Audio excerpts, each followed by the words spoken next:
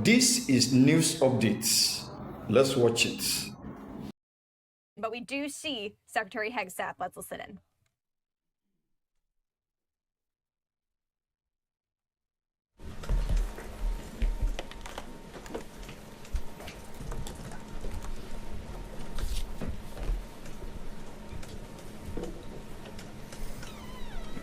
Well, good morning. And as you may have noticed, the chairman and I are joined today by the CENTCOM commander, Admiral Bradley Cooper. He just returned from the front lines to see the troops and meet with allies, and this morning briefed us, just before this briefing, on the latest on all aspects of Operation Epic Fury. So after the chairman concludes, we'll ask Admiral Cooper to share a quick update on the ground truth from his trip to the region as he continues to implement an ironclad blockade and ensures that our forces are maximally postured to restart combat operations should this new Iranian regime choose poorly and not agree to a deal. And that is what we urge this morning, that this new Iranian regime choose wisely, which is where we'll start with a message to Iran's military leadership, to the KH leadership and IRGC leadership. We're watching you. Our capabilities are not the same, our military and yours. Remember, this is not a fair fight. And we know what military assets you are moving and where you are moving them to. While you are digging out, which is exactly what you're doing, digging out of bombed out and devastated facilities, we are only getting stronger. You are digging out your remaining launchers and missiles with no ability to replace them. You have no defense industry, no ability to replenish your offensive or defensive capabilities. You only have what you have. You know that, and we know that. You can move things around, but you can't actually rebuild. You can dig out for now, but you can't reconstitute. But we can. We are reloading with more power than ever before, and better intelligence. Even more importantly, better intelligence than ever before, as you expose yourself with your movement to our watchful eye. We are locked and loaded on your critical dual-use infrastructure, on your remaining power generation, and on your energy industry. We'd rather not have to do it, but we're ready to go at the command of our president and at the push of a button. This blockade, which the chairman will detail this morning, is the polite way that this can go. Your energy is not moving and will not move, and we can do this all day. But it's not destroyed yet. Your energy industry is not destroyed yet. You like to say publicly, Iran, that you control the Strait of Hormuz, but you don't have a navy or real domain awareness. You can't control anything. To be clear, threatening to shoot missiles and drones at ships, commercial ships that are lawfully transiting international waters, that is not control. That's piracy. That's terrorism. The United States Navy controls the traffic going in and out of the strait because we have real assets and real capabilities. And we're doing this blockade, performing it with less than 10% of America's naval power. The math is clear. We're using 10% of the world's most powerful navy, and you have 0% of your navy. That's real control, and we have a long track record of dealing with pirates and terrorists. But there is an alternative. As our negotiators have said, you, Iran, can choose a prosperous future, a golden bridge, and we hope that you do for the people of Iran. In the meantime, and for as long as it takes, we will maintain this blockade, successful blockade. But if Iran chooses poorly, then they will have a blockade and bombs dropping on infrastructure, power, and energy.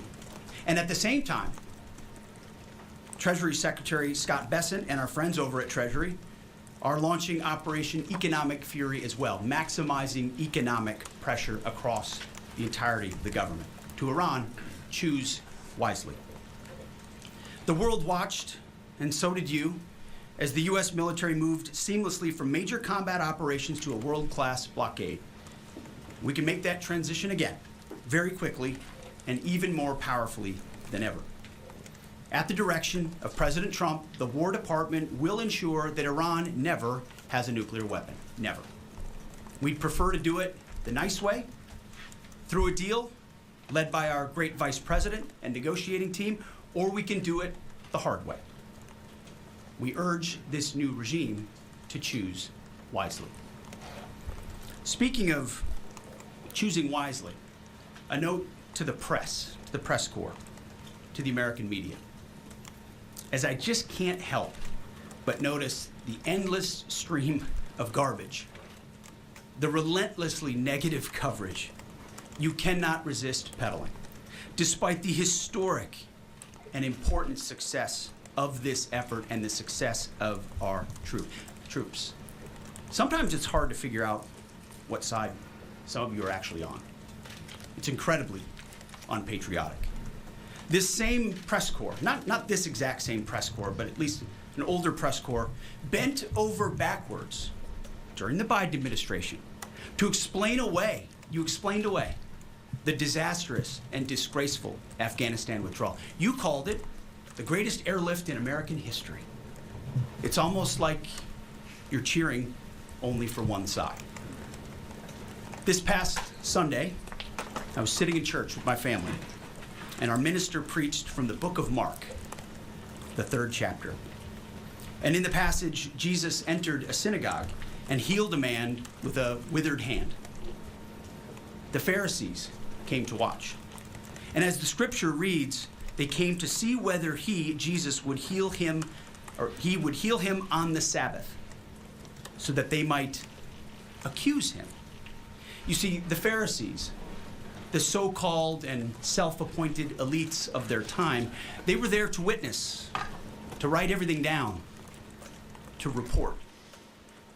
But their hearts were hardened. Even though they witnessed a literal miracle, it didn't matter. They were only there to explain away the goodness in pursuit of their agenda. As the passage ends, the Pharisees went out and immediately held counsel against him, how to destroy him. I sat there in church and I thought, our press are just like these Pharisees. Not all of you, but the legacy Trump-hating press. Your politically motivated animus for President Trump nearly completely blinds you from the brilliance of our American warriors. The Pharisees scrutinized every good act in order to find a violation, only looking for the negative. The hardened hearts of our press are calibrated only to impugn. I would ask you to open your eyes to the goodness, the historic success of our troops, the courage of this president, and this historic moment for a deal that could end the Iranian nuclear threat, the incredible battlefield victory laid before your eyes, the not one, but 2 incredible rescue missions, miracles, you might say, or a locked-in blockade. Or how about historic recruiting numbers? Yesterday, we announced that the Air Force and the Space Force met new higher goals in FY26, 5 months in advance of the end of the fiscal year, five months ahead of time. The Marine Corps and the Army will soon do the same. 2-3 years ago, we couldn't meet lower recruiting numbers, not even close. Where are the reports on that? Where's the coverage of the new spirit in the country, the new spirit in the ranks, the surge of Americans wanting to join the greatest military in the world? Nothing from the fake news. We sense a pattern. You see, on the battlefield, these are demonstrations of uniquely American capabilities, strength and resolve. It's all around you each and every day. But in the press, you only seek the negative, earning each and every day the fake news label. But the American people, with goodness in their hearts, see past the Pharisees in our press. They see the goodness. You watching, you see the goodness. They see the success. They see the reality. And they don't demand perfection, and perfection is not possible on any battlefield. But they see the incredible feats that our troops accomplish every single day. So to those troops, stay focused, block out the noise, Stay aggressive. You are showing the world what it means to be an American warrior. You are making this building and the American people proud. We pray for you every day, and we have your back in every way. And to Iran, choose wisely. I pray you choose a deal which is within your grasp for the betterment of your people and for the betterment of the world. In the meantime, the War Department is locked and loaded. Mr. Chairman, over to you.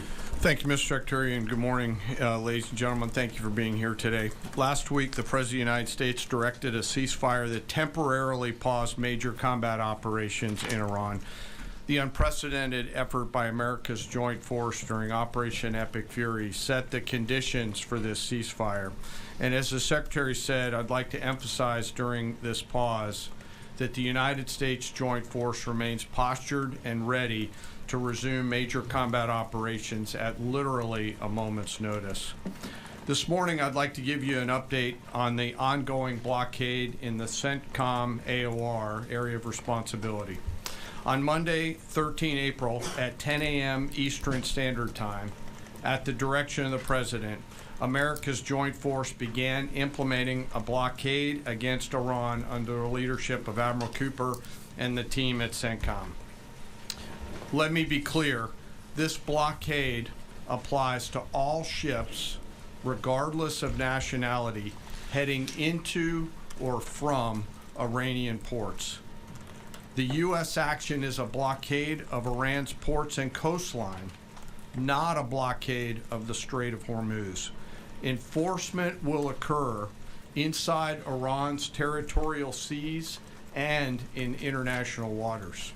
In addition to this blockade, the joint force, through operations and activities in other areas of responsibility, like the Pacific area of responsibility under the command of Admiral Paparo, will actively pursue any Iranian-flagged vessel or any vessel attempting to provide material support to Iran.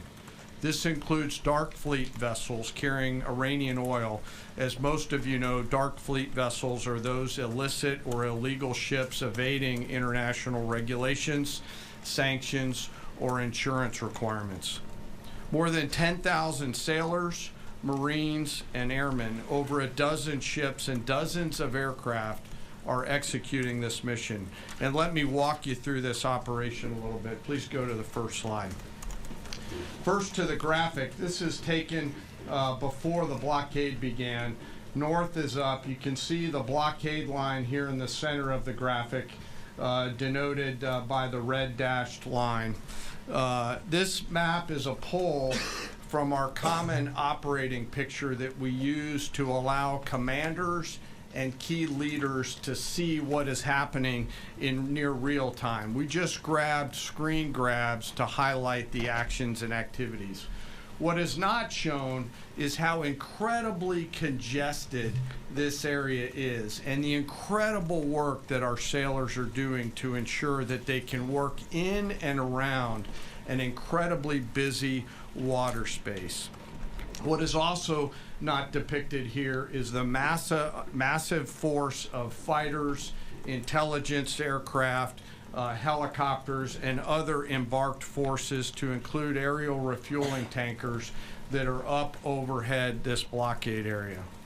You'll note that the U.S. forces are in blue, Iranian ships are in red, and as we started this blockade, there were 7 ships of interest that were of concern for U.S. Central Command. Through a variety of intelligence tools and with the assistance of the Office of Naval Intelligence and other intelligence agencies, the force began to hunt for potential interdictors at 10 a.m. Eastern Standard Time. Next slide, please. It's now 12:40 Eastern Daylight Time, 2 hours and 40 minutes into the blockade, as attempted blockade runners attempt to hop the line. U.S. forces began to commit. Out in front of them was a range of intelligence, surveillance, reconnaissance, and tactical assets. And immediately these runners began to see, sense, and feel America's combat power compressing upon them. The lead ship, normally a destroyer as depicted here, along with air power off of the USS Abraham Lincoln Strike Group, began to move towards those ships. At each point, the United States Navy will transmit a warning. A young sailor, normally on the bridge of one of those destroyers, a junior officer, picks up that mic and transmits, and I quote, "Do not attempt to breach the blockade. Vessels will be boarded for interdiction and seizure transiting to or from Iranian ports. Turn around or prepare to be boarded. If you do not comply with this blockade, we will use force." And as this message is being transmitted, as I mentioned earlier, those shipmasters can literally see, sense, and feel the pressure around them. It's a finely tuned machine, rehearsed multiple times, and executed now 13 times since the blockade has begun. Next slide, please. We're now 24 hours plus into the blockade. You can see the turning around of multiple ships, 12 of which stayed inside the blockade line, one of which not depicted off to the eastern side, turned around before even attempting it. Any ship that would cross the blockade would result in our sailors executing pre-planned tactics designed to bring the force to that ship, if need be, board the ship and take her over. And that includes a series of escalated force options, which could include warning shots and others. Next slide. The final graphic shows taken at 11:20 p.m. the night of 14 April. You can see that the captains of all these ships have made the wise decision not to move, transit, or run this blockade. As I mentioned, so far 13 ships have made the wise choice of turning around. And as we continue to hold this blockade at the order of the Secretary and the President, any vessel that compares to comply with our instructions will be dealt with accordingly. As of this morning, U.S. Central Command has not been required to board any particular ships.